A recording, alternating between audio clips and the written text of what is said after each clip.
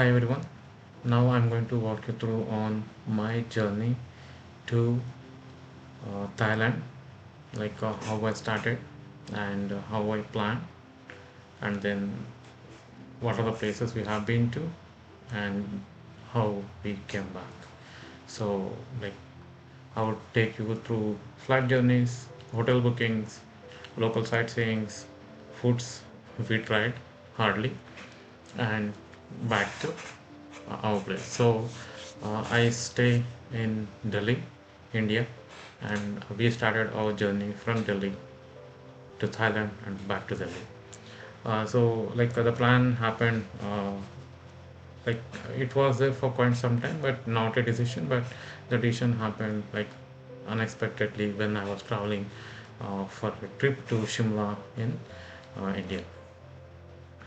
To get started, like my focus was to go to an affordable country from India, where we will not be burdened with huge expenses for anything like hotel, travel, some local sightseeing, food, things like that. And the next thing is it should be near us so that we can go and come back. So that was the idea. So initially, my plan was like I made a travel plan for 5 days, like including going and coming. Then once it got executed, like it went a little longer. So uh, like total my stay in Thailand was 7 nights, plus one day going, one day coming. Here, how I started is basically I used Google, ChatGPT, Gemini to get to know the cost and then the places that ideally I can visit. Next stage, what I did is I went to YouTube to see how realistically it is. What are the hype we see on search engines or in YouTube? Is it real or not? So I saw both the videos where it gave positives about a place and negatives about a place. So in that way, I had to consolidate and pick it up. Overall, if you ask me, my view is Thailand is really a great place for anyone to visit. So this is my first international trip, either personally or professionally. So I took a lot of precautions, which I will walk you through on the document. You will know like how I prepared myself and I went on. So that is first thing, and the next thing I was were concerned is how will be the entry to the country and how will be the exit. So what kind of regulatory requirements or legal requirements exist. So for this, again, Google and YouTube helped me. TDAC form we have to fill in, so which I did. So where I had to populate passport details, name, and current residential address, and then move on and then submit it. So I got a QR code. So this trip is it's a couple, me and my wife. We both went. So I had to plan a trip like a family. So that was one of the main agenda. The first thing is safety, and the next thing is about security and the cost. So these are the factors I considered when I decided to continue with my trip.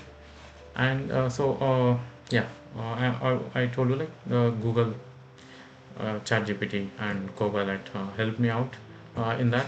And now I'll walk you through on the websites that I went to look for hotels. Here basically I went into Agoda for booking hotel. So how I picked Agoda? Again, I searched in uh, Google, which is the best platform to book hotels, so that it will be reliable, and then I don't have to worry with respect to the cost. So ideally here, I searched first place I decided was like once I go to Thailand, the place I'm going to visit is Bangkok, and then I decided to move to Krabi, and then to Phuket and exit Thailand through Phuket. So my entry into Bangkok and exit from Phuket. So here each time when I look, so I went into Bangkok. So a list came in as I mentioned. So I just picked the dates. Let us say these two dates I picked, and I just said like adults too, and then I went in search mode. So this is a instruction, I mean sample I'm showing. So each time when I went in, so what I tried to look for is something like rating. So that is what I always focused on. So this is the rating I went in, and the next thing is with respect to uh, free cancellation. I did not filter out, but if someone is interested, you can look into free cancellation as well. I did not opt pay at the hotel. I'm not sure why, but I did not. So next, let us, if you want, you can choose it, and then it shows like which are the areas you want to. So now here the question came in like where and all will I be visiting when I go to Bangkok. So such a question came. So in that way, the first and foremost thing for me to go here was just look at the sites where I'm going to visit. So how do I know on the first day? Definitely I did not. So I had to do a little research, and then I came to know. So now I'll show you the document which I prepared. So that has a list of places I wanted to visit when I go to Bangkok. And yeah, Google really helped me a lot in this aspect. Let me pull this out.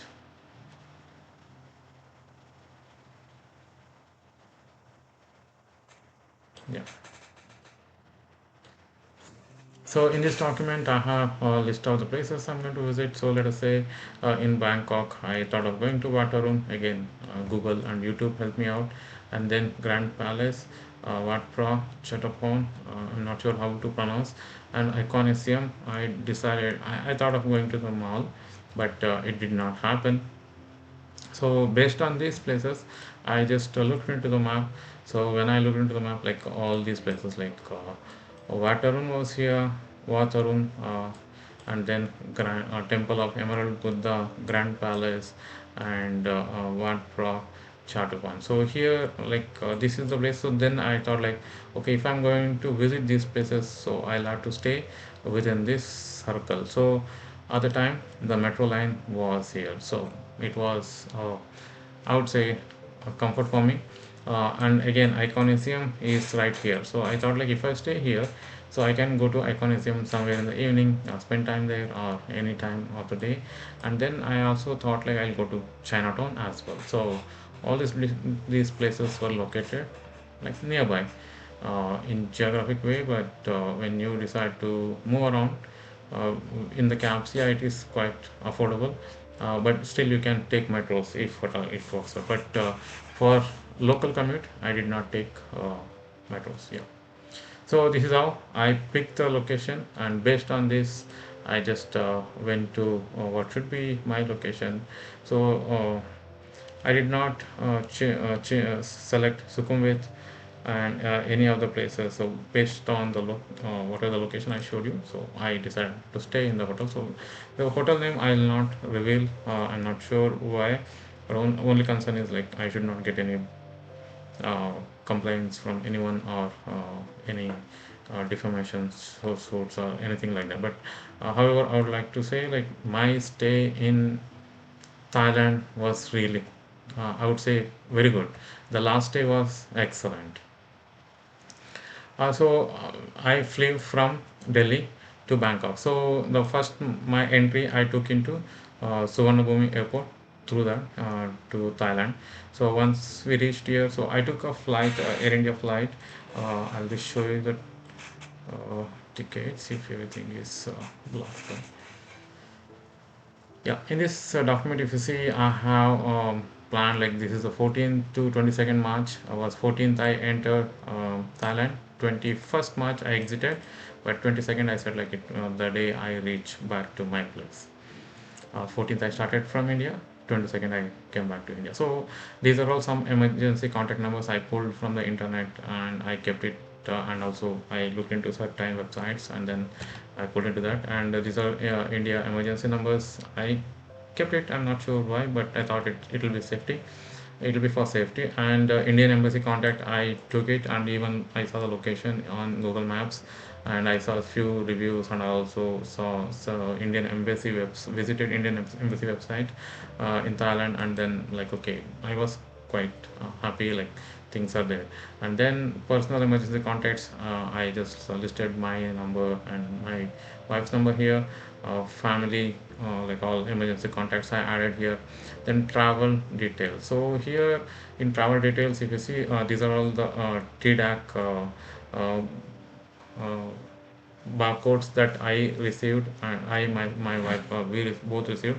So for this I did registration to both of us. So then the form, it auto generates everything. It's hardly around 10-15 minutes of time, but only thing is that you need to be focused and enter your name, passport details, date of birth, your current location. If in my case I'm staying in one place, my wife is staying in another city in India. So what I did is, like when I declared like we both of us are staying in the same location. That is my location. In that way, there will not be any challenges. That's how I felt. So I did that, and it. We got the number, and this is the flight we took. So we took Air India flight from India. So the flight started at around 2 a.m. In the morning. Reached Bangkok at 7:50 a.m. local time. So Bangkok is around 1 hour 30 minutes. Thailand is 1 hour 30 minutes ahead of, sorry, India is 1 hour 30 minutes ahead of Thailand. So when we go there, we kind of save 1.5 hours for the sake of savings on how you are going to utilize your. In Bangkok, I try to use metro as much as possible. The reason being the cost and the comfort, and it is safe. Like it's a government transport, reliable, no need to worry. So cabs, road, traffic, hectic. So that I don't want. I want to avoid that. So that was the idea. So we reached Suvarnabhumi airport. I think we reached the second floor or something like that when we moved out of the airport, and from there we went on. So how did I do this TDAC? So again, I just did a simple Google search. Whatever the result came in, so I just looked into that, whether is it an official government Thailand website or not. So once I got confirmation, then I just moved on to register myself. So I did that way. And next, when we reached there, so obviously we need some form of uh, communication. So for that, I decided to have a SIMs with data only, no call. So before heading from here, so I kept my phone on roaming mode, whereas I did not recharge any international roaming. But for my wife number, I enabled roaming, as well as I did international recharge for I think 300 minutes. She uses Airtel SIM, so it costed us around, I'm not sure, 2000 change, something like that. So I took that. So we just the day when we were traveling on a cab from our home to Delhi airport, I purchased the SIMs through Klook website, Klook, which if you are traveling abroad, if you are for the first time, you can just go to internet and search Klook. So yeah, this is the this is a website, so you can go and search for your data plans or whatever you need. So go to all, and somewhere at the end you will have Wi-Fi and SIM cards. So just say Thailand. Yeah, Thailand. Okay, I believe it filtered out pickup or delivery. So I always said pickup, because I'm going to collect from the destination location. And it said like, which is my pickup location, Thailand. So Bangkok.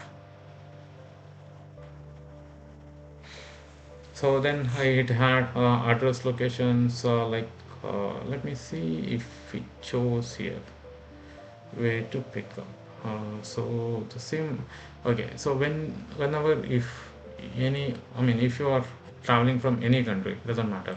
I always recommend changes to the country where you are going. So change is to that currency. The reason is you will have a lot of currency advantage in terms of currency conversion charges.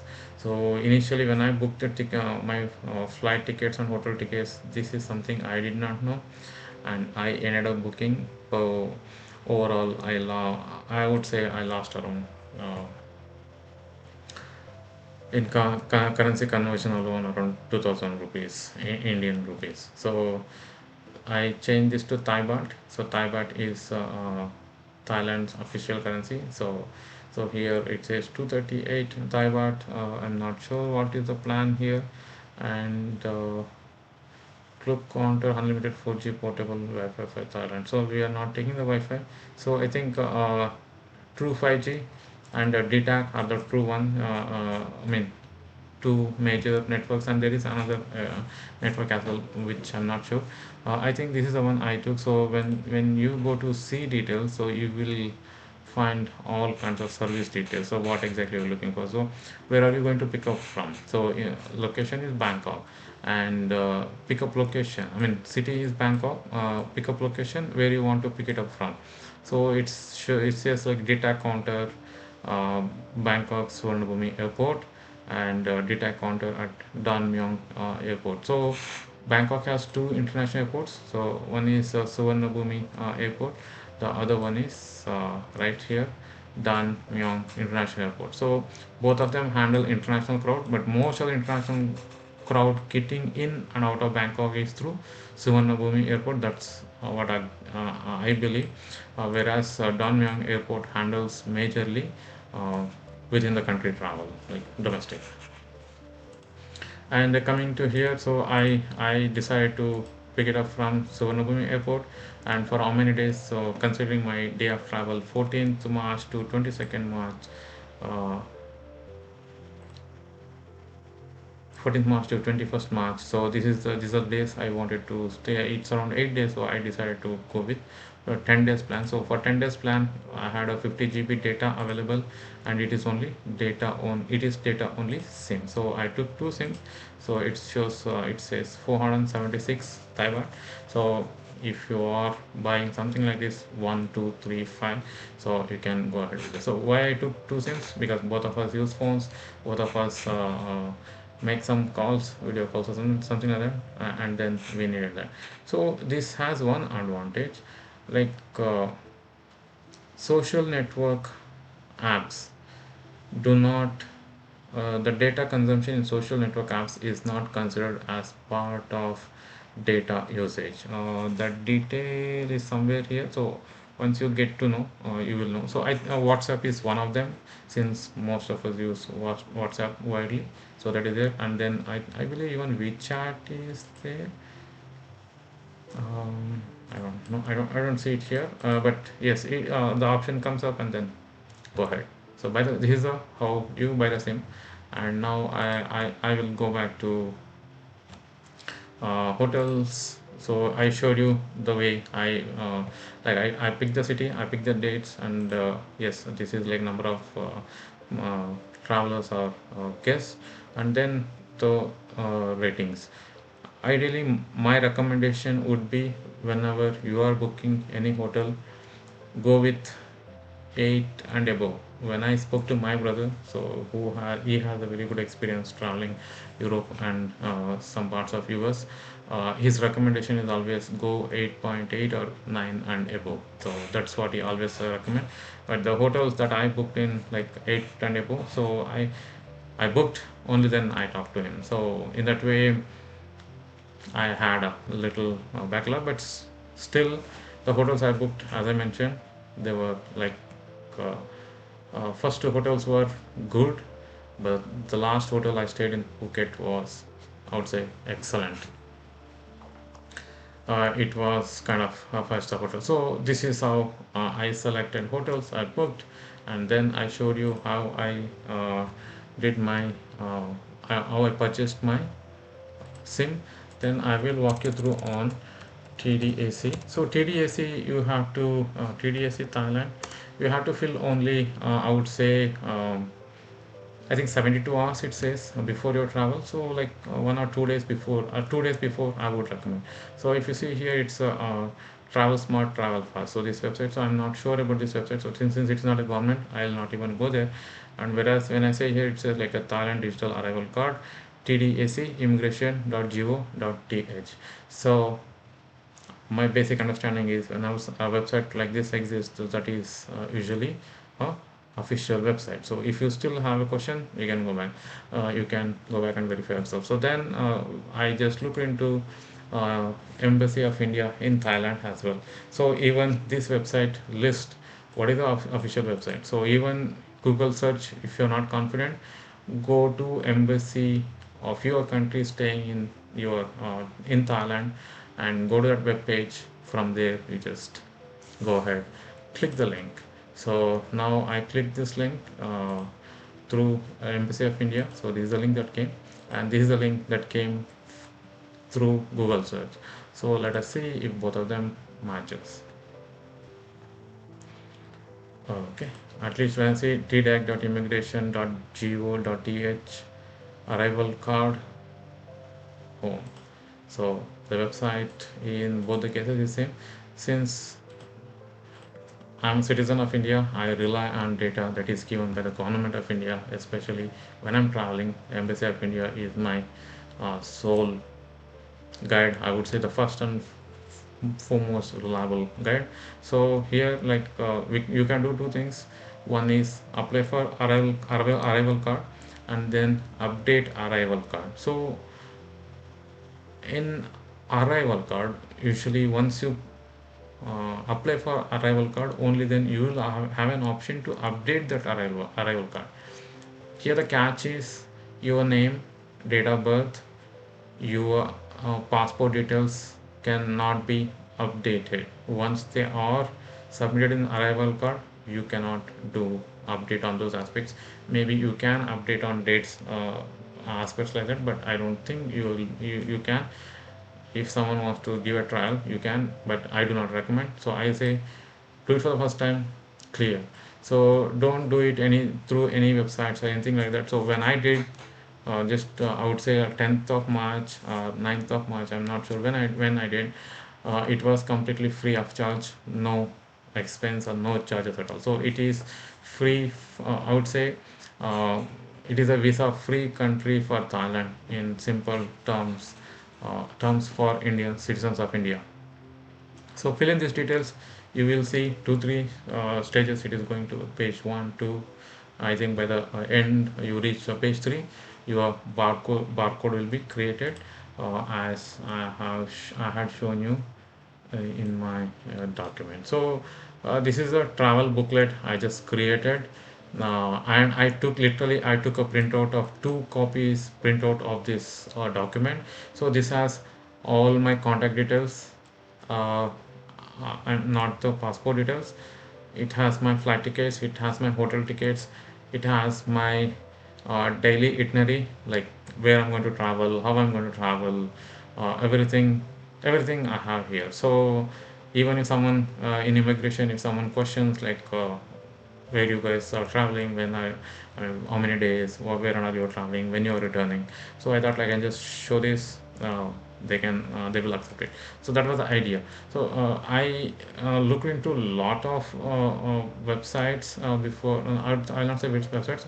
I looked into a lot of YouTube videos before I went to Thailand. So initially everything was good, good, good, good, happy, happy, happy. So only those videos were coming in my YouTube feed. So then I thought like, wait, there has to be a way where people are suffering when they enter Thailand as well. That means they are not allowed an entry into Thailand once they reach the airport. I mean, Thailand, one of the Thailand airport.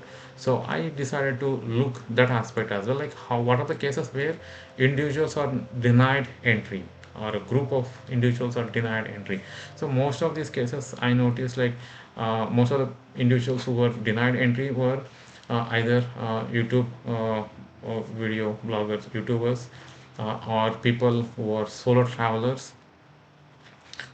Some of them had, I saw some videos where they had a, um hotel booked.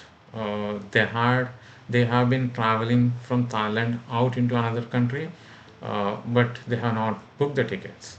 Yes, they booked the tickets only till Thailand, so they wanted to stay few days in Thailand, and then once they finish their video making or whatever travel blog videos, then they wanted to move to another country. So when the immigration officers looked into that, they did not allow them. So that's how. So my recommendation is have a TDAC, have your flight details, hotel details, clear travel plan, and TDAC. So once you go to immigration officer, so they will ask you certain questions, then you are clear. So I will walk you through on how the immigration went. So this is how you apply for the TDAC card. So once this is done, the next aspect is going to be your date of journey. So start the journey. I would say go at least, if you're in India, at least I would say 3 hours before. And if your flight is on Friday night, please have at least 4 hours ahead of you. 4 to 5 hours, I would say that. The reason being, so my flight was on a Friday night, 2 a.m. I mean, I would say Saturday early morning, 2 a.m. So when I reached, when we reached airport, it was somewhere around 9:45, something like that. 9:45. Our flight was at 2. So we thought that we have very good time, like the 3 hours plus. So we were literally waiting in the queue to check in the bag till 12 a.m. So that means around, I would say, 10:45, 11:45, like 2 plus hours we were literally standing in the queue to check in our luggage. So if you are traveling on a Friday evening, please ensure you reach there early. The reason being, I think the individuals or families who were there, either in front of us or behind us in the queues, were most of them were traveling to Canada. So and long flights. So individuals like some Russian flights, long UK, Canada. So these are the families who were traveling from India or people who have been going back to their home countries. So they were there. So the queue was really huge. So if you're planning to travel from Friday evening, I mean, fly out of India on Friday evening or Saturday early morning, please be prepared for this extra time. That's my recommendation. And yes, we reached Thailand. So as soon as we reached Thailand, so next thing is, uh, I had all the currency with me. So now let me walk you through on how I got the currency. So again, simple Google search, which is the best exchange, which is the best exchange near me. So I had to do a lot of digging. So two came up. One is Orient Exchange, India, and the other one is, I don't remember the name. Thomas Cook, yeah, Thomas Cook Exchange. So I think 2 weeks before our departure, one of the Saturday I took time and went to Orient Exchange first in my place, and I asked them the questions like how much will they charge, what is their commission, and what will be the conversion rate, things like that. And they explained me certain aspects, and from there I went to Thomas Cook. Again, the same, like they also same thing. I had to check. Go ahead with the query. So I had a list of questions.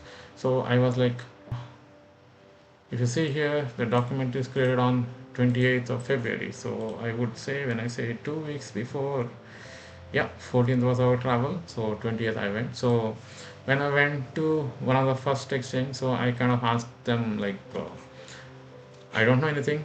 I'm going to Thailand. So let me know. Do I need to carry any cash? How much should I carry cash? He said that, sir, cash is up to you. How much ever you want to carry, you can carry. So then I was like, no, just tell me how it works.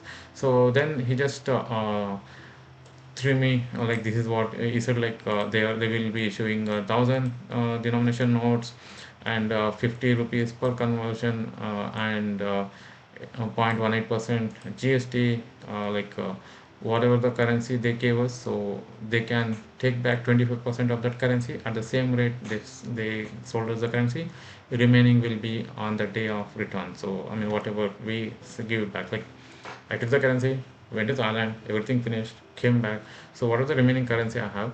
So 20% of the original currency amount will be taken at the same value that they sold me, and the remaining currency they will take it back on the day of that whatever the conversion rate on that day, and again the GST tax will be added. And what do they need for that? So they need a passport of all the travelers, or else individual who want to do the check conversion, the PAN card, flight tickets onward. Return ticket is an optional, so they were not looking for return ticket. And how to transfer to the money for exchange? So they said like they can do UPI, we can do UPI transaction or transfer, or we can do bank transfer. So they had bank details mentioned on the desk itself, so we can just take the photo and do, and they will do conversion on the same day itself if you are there in person. So if you are, let us say if you cannot travel, so and you want them to convert it and keep it for you, so you'll have to send them in an email, and once you transfer the money you have to immediately inform them that you have transferred so much money, so that they can lock your conversion charge, conversion rate, whatever it is there. So that is what it is. So based on this I just made up these questions, so that when I'm going to another exchange, so I should be able to ask them these questions, so let them answer me. So that's the idea. So what are the documents they need, and can either me or my wife do the conversion? So any one of us can do, or both, something like that. What is the minimum cash we can carry to Thailand? So obviously they were, none of the exchanges were recommending that this is what you have to carry. I hope they have a basic reason why they should not, because later on they should not be blamed if any regulatory changes happens. What denominations will I be getting? What are the charges? And how much do you charge to convert it back after our travel? How much should we have in our savings account per person? So why this question came? So for the individuals who travel to Europe, I came to know that they should have certain amount in their bank accounts, only then they will get their visa. So that was the reason why I listed out this question. So yeah, they kind of answered some of them. Some of the answers did not come. So I reached out to, as I mentioned, like Orient Exchange and Tamasco. Uh, Again, those both of the places gave me good answers based on whatever the uh, process they have, and then of them I felt like, for me, Orient Exchange is going to work. And then so week 10 days later, I think 4 days before the travel, I went to exchange directly, gave them the details whatever I have, and transferred the money. So I got the exchange done. Okay, why I brought that up? I should have done it as one of the process, but still, why I brought that up is, I being in India, I most of the time I felt like whenever there is a high value denomination note and I go anywhere, buy something, most of the time it got rejected. So earlier we had 1000 note, we had 2000 rupee note. So whenever we go anywhere to buy something, if we present that note, people straight away deny that, they say that they don't have change. I mean, they cannot give whatever it is. I mean, we cannot purchase something. So that was the problem I faced. So with that idea, I asked the exchange person, so what if I take these 1000 notes? You are giving me only 1000 notes. What if I take 1000 notes to Thailand and get it exchanged? I mean, go purchase something and they deny me change. He was like, no, sir. Thailand is a cash-rich country. You will get change anywhere in the country. So that's not an issue. So now, as per the record, so now I'm going to debate. So as per the Thailand regulation, Thailand recommends for an individual who are traveling to Thailand to have 20,000 Thai baht as cash, not in card, not in credit card, not in forex cards, not in debit cards, nothing. Cash they should carry 20,000 Thai baht. If someone would like to play around, or if they want to leverage something, that's totally up to them. But as a first time traveler, I want to be in a safer side, so that's the reason I decided to have 20,000 Thai baht per person. And as a family, it recommends to have a 40,000 Thai baht.